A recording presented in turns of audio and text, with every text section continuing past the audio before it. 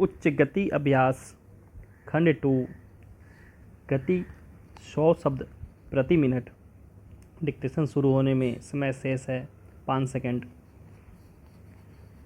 Ready, start. महोदय, भारतीय उद्योग परिसंघ के शताब्दी समारोहों के अवसर पर यहाँ आकर मुझे बड़ी प्रसन्नता हो रही है। इस बात का विशेष महत्व है कि ये समारोह कलकत्ता में हो रहे हैं। हमारे देश के औद्योगीकरण में इस शहर ने अग्रणी की भूमिका निभाई है। कलकत्ता हमारा पहला औद्योगिक व व्यापारिक केंद्र था, जहाँ विशेष रूप से चाय, पटसन और इंजीनियरिंग उद्योगों से संबंधित गतिविधियाँ केंद्रित थी। अपनी महत्वपूर्ण सामरिक स्थिति के कारण यह पूर्वी भारत की प्रगति और अभिवृद्धि का मुख्य केंद्र बना रहेगा। हमारी नई नीतियों के परिणाम स्वरूप जिस नई पहल और प्रेरणा का प्रादुर्भाव हो रहा है, उससे मेरा विश्वास है कि कलकत्ता शहर का और इस सारे क्षेत्र का कायापलट हो जाएगा। मैं आपको बिल्कुल अभी हाल में प्राप्त एक महान सफलता के लिए भी बधाई देता हूँ, और यह इस क्षेत्र के औद्योगिकरण के लिए एक बड़ा अच्छा शगुन है। चीज़ें इतनी बदल गई हैं कि कल तक जो विरोधी थे वही आज रक्षक बन गए हैं, और यह सचमुच में बड़ी खुशी की बात है।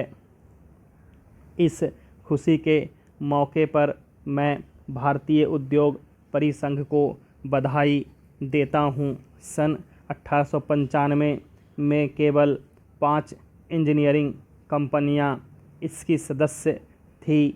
आज इसमें इतना बदलाव आया है कि यह 3000 सदस्यों वाला एक शीर्ष संगठन बन गया है, जिसमें बड़े, मध्यम और छोटे सभी उद्योग शामिल हैं। और यह वास्तव में एक शानदार सफलता है। आपके संगठन में सभी विविध प्रकार के व्यावसायिक और औद्योगिक हितों का समावेश है। आपने यह फैसला इतनी सफलता से तय किया है कि अगली दीर्घ यात्रा भी अच्छी तरह पूरी होने की आशा बलवती हो जाती है।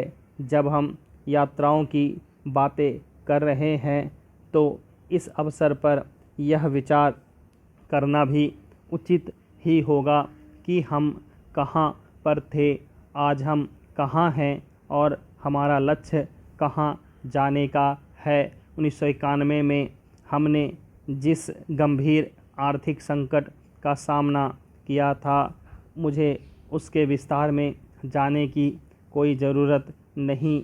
आज आप जितने लोग यहाँ उपस्थित हैं, उन सबको उस संकट के बारे में व्यक्तिगत और प्रत्यक्ष जानकारी है। यह भी अच्छी बात है कि लगता है कि लोग संकट के उन दिनों को भुला बैठे हैं, और मानव प्रकृति का यह बहुत अच्छा गुण है। इसलिए आइए यह देखें कि आज हम कहाँ खड़े हैं। जैसा कि आपको भी लगता है कि हमारी अर्थव्यवस्था पुनः उठ रही है, और विशेषकर उद्योग के क्षेत्र में, निर्माण के क्षेत्र में वर्ष के पहले 4 महीनों में जो 9% की वृद्धि हुई है, वह निस्संदेह उत्साहजनक है। चूँकि यह प्रगति बड़ी व्यापक है और औद्योगिक क्षेत्र के सभी खंडों में हुई है, इससे हमारी अर्थव्यवस्था को बड़ा बल मिला है। पिछले 3 वर्षों में उद्योगों की आधारिक संरचना में निरंतर सतत प्रगति दिख पड़ती है। उपभोक्ता वस्तुओं के निर्माण में भी लगातार सुधार हो रहा है। महोदय, आर्थिक पर्यावरण में सब तरफ समायोजन होने लगा है।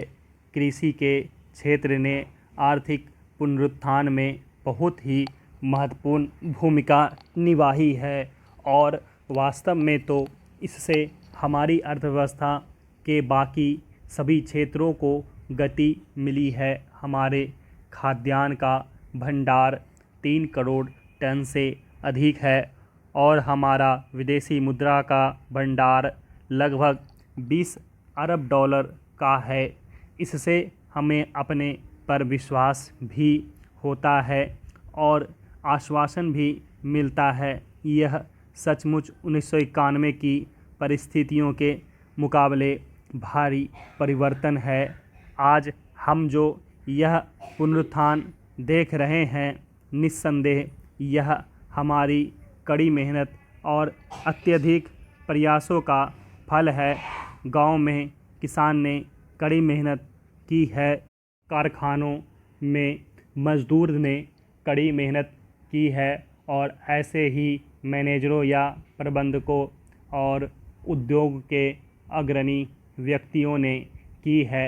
1991 में हमने जिन सुधारों की घोषणा की थी उसे व्यापक स्वागत और समर्थन मिला है और उसी के परिणाम स्वरूप यह संभव हुआ है कि हम सब मिलकर देश को संकट से उबार सके। चाहे इसे आप किसी भी स्तर से मापिए, यह एक भगीरथ प्रयास था।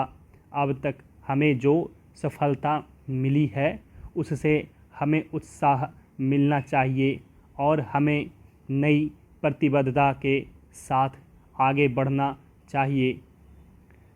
मैंने यह कई बार कहा है कि किसी भी प्रयास के सफल होने की सबसे पक्की गारंटी यह होती है कि उसके पीछे आम सहमति हो।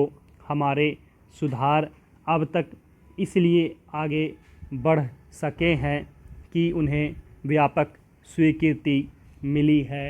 अब तक मेरा यह प्रयास रहा है, अब भी यही प्रयास है और आगे भी यही प्रयास रहेगा कि इन सुधारों पर आधारित हमारी आर्थिक नीतियों के पैरामीटर को आम सहमति मिलनी चाहिए ताकि यह नीति सच्चे अर्थों में स्थिरता ला सके। आज जब मैं स्थिति का जायज़ा ले रहा हूँ तो मुझे यह देखकर प्रोत्साहन मिलता है कि सचमुच में ऐसी ही स्थिति है। मुझे निश्चय है कि सभी राज्य यह चाहते हैं और यह उनकी आवश्यकता भी है कि तेज़ी से औद्योगिकरण हो। निजी क्षेत्र में भी कुछ राज्य सरकारें कभी कभी केंद्रीय सरकार से इसलिए रुष्ट हो जाती हैं कि वह उन्हें उतना धन नहीं देती जिसकी वे मांग करती हैं, परंतु उनकी नाराज़गी इसलिए कम हो जाती है क्योंकि वे जानती हैं कि केंद्रीय सरकार के पास भी उसी प्रकार का धन नहीं होता जिसकी वे मांग करती हैं। वे सरकारी क्षेत्र में उद्योगों की मांग करती हैं जो उचित भी है, परंतु फिर वे अनिच्छापूर्वक इस बात के लिए सहमत हो जाती हैं कि वे उद्योग निजी क्षेत्र में खोले जाएं और उसके पीछे सबसे बढ़िया कारण यह है कि वे भी जनता के लिए आवश्यक हैं।